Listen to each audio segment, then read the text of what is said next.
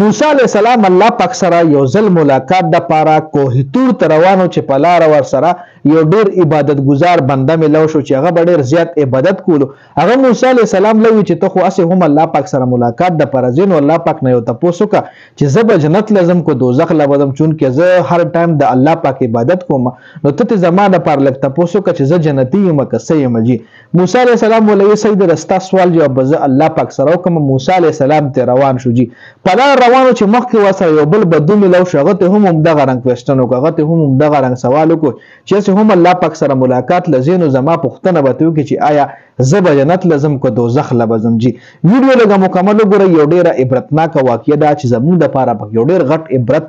پروت دی. نو ویډیو خپل هم مکمل وګورئ او مخکې ملګرو سره د ثواب په نیت باندې شریک کړئ جی. موسی علیه السلام چې کوه تور ته رسیدل دی الله پاک سره خپل کلام کړی دی هغه نه پس ول دغه دوه کسانو هم سوال جواب کړی چې دغه رنگ ما سره په لار باندې یو فلانه ملو شو یو را سره فلانه کس ملو شو وای منه دا پښتنه وکړه چې الله پاک نه تاسو کا چې مونږ به جنت ته ځو دوزخ لزو جی. نو الله پاک ولوي چې تلاش او دینه د یو سوال صرف وکړه چې آیا الله پاک د ستنې په ستنه کې چې کوم سوري هغه سوري کې الله پاک زر او خان وسته شي کنه. موسی علیه السلام را روان شوی دی الله پاک نه سروزه پس سموده پس دغه کسان لیدلی تاسو ته کړه چې د تاسو سوال جواب خو ما الله پاک سره وکړو الله پاک ما دا سوال کړه چې دا سوال د دین وکړه. حکم چې ډیر عبادت گزار بنداو نو پهله موسی علیه السلام هغه سره ملو شوی غنه تاسو کړه چې الله پاک دا سوال کړه چې د ستنې د سوري عمر په سوري باندې آیا الله پاک زر او خان وسته شي کنه. نو کوم چې ډیر زیات عبادت کول هغه په خندا شوی دی او هغه ویل چې دا خو ناممکنه دا څنګه ممکنه چې د ستنې د سوري عمر وړو کې نری غونټ سوري هي کې به اوخ څنګه یو طرف نه بل طرف لوزي.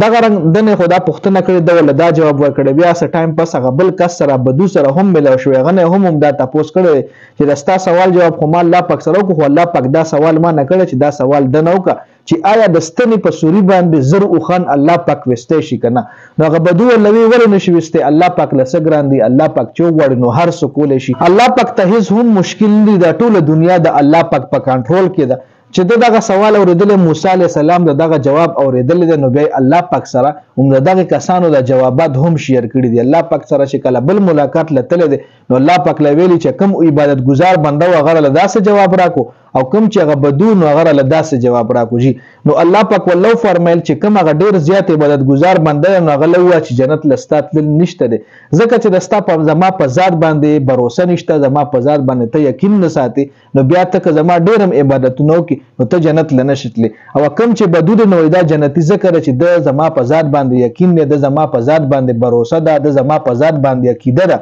دله پته چې دا هر څه الله پاک جوړ کړی دی دا هر څه د الله پاک دی هر څه الله پاک کول شي الله پاک ته هیڅ هم مشکل نه ده. نو دا بنده چې کم دی دا بدو چې کم دی دا جنتی دی جی. نو سیم ټو سیم عمده رنگ زمون اعمالم کوم الله پاک لډیر زیات هم سجدي کو خو موږ له پکاره چې په هر عمل کې په الله پاک باندې باور ساتو چې کم قدم هم اخلو نو هغه قدم کې زمون چې زړه کې دا خیال راځي زمون چې په دماغ کې دا خیال راځي چې دا قدم موچت کو دا هم د الله پاک په دغه باندې موچت کو د الله پاک په کرامات باندې موچت کو زه چې دا سا اخلم او دا سا د پوزې له واپس راکاګم او د پخله واپس را وباسم یا په پوزه واپس را وباسم نو دا سا هم د الله پاک په کرامت د الله پاک په فضل باندې زره وباسم چې دومره پورې زمونږ یقین او باور راشي نو ان شاء الله بیا څه هم مشکل نه دی الله پاک به موږ لره جون په هر میدان کې کامیابی راکړي او چې موږ هر څه په الله پاک باندې وسپارو د هر څه یقین د هر څه باور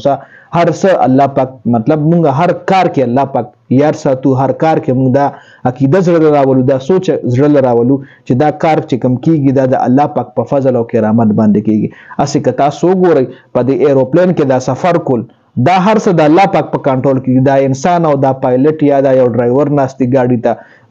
یو ټرین ته ډرایور ناس نو دا اسې ناشتي چې دا ټول ارڅ چې کوم دی الله پاک په خپل نظام باندې په خپل کرامت باندې روان کړي که چېرې دی له تاسو سوچ وکړئ نو د عقل به مو حیران شي چې دومره غټ جهاز چې په لکونو ټنونو د هغې وزن یو ځینه اوچت شي بل ځای کې کوز شي چې په لکونو ټنونو وزن ځان سره یو سي د جهاز هم خپل وزن په لکونو ټنونو دومره د هوا پریشر چې هلته بره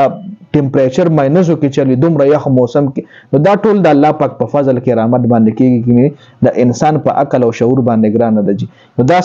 اهم ویډیو د ویډیو کتلو زیاته مننه ویډیو مخکې ملګرو سره ضرور شریک کړئ. والسلام.